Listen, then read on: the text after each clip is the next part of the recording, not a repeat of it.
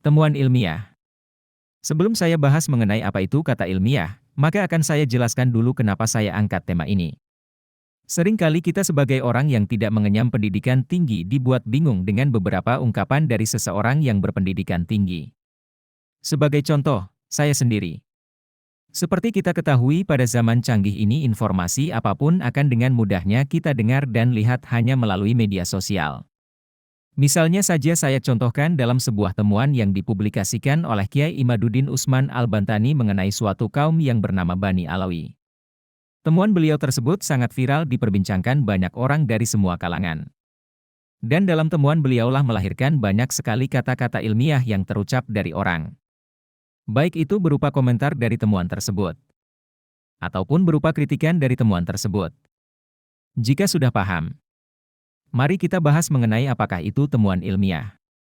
Temuan ilmiah adalah penemuan atau hasil penelitian yang diperoleh melalui metode ilmiah, yang melibatkan pengumpulan data, observasi, eksperimen, analisis, dan interpretasi untuk memahami fenomena tertentu atau menjawab pertanyaan spesifik.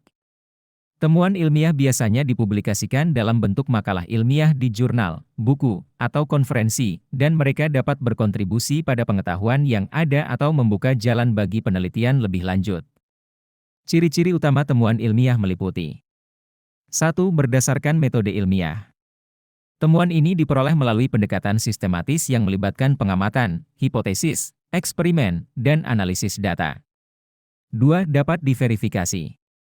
Temuan ilmiah harus dapat diuji dan diverifikasi oleh peneliti lain dengan menggunakan prosedur yang sama atau serupa. 3. Objektif. Temuan ini harus bebas dari bias dan berdasarkan bukti yang kuat, baik melalui eksperimen atau pengamatan. 4. Berkontribusi pada pengetahuan baru. Temuan ilmiah seringkali memperluas pemahaman kita tentang suatu topik atau memunculkan perspektif baru. 5. Dapat diulang. Eksperimen atau studi yang menghasilkan temuan tersebut harus dapat diulang dengan hasil yang serupa oleh peneliti lain. Sampai di sini kita mulai paham ketika ada fenomena atau topik tertentu yang hangat diperbincangkan banyak orang.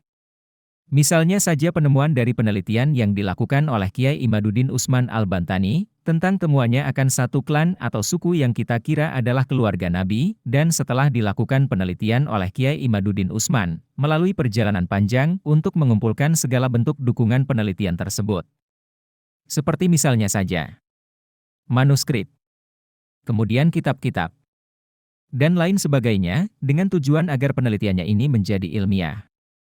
Makanya banyak yang mendukung temuan Kiai Imaduddin akan penelitiannya pada suatu suku atau klan yang seringkali mereka itu mengklaim sebagai keluarga Nabi. Akan tetapi faktanya, setelah dilakukan penelitian panjang ternyata mereka tidak bisa membuktikan atau menghadirkan data kalau mereka ini adalah dzurriyyah Nabi.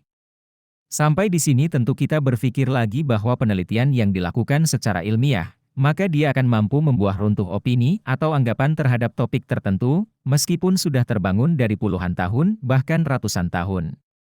Misalnya saja kita yang selama ini beranggapan bahwa para habib yang ada di Indonesia ini adalah sebagai dzurriyyat Nabi Muhammad, dan itu sudah berlangsung berpuluh-puluh tahun lamanya. Akan tetapi, Kiai Imaduddin mampu meruntuhkan anggapan ini hanya dalam sekejap.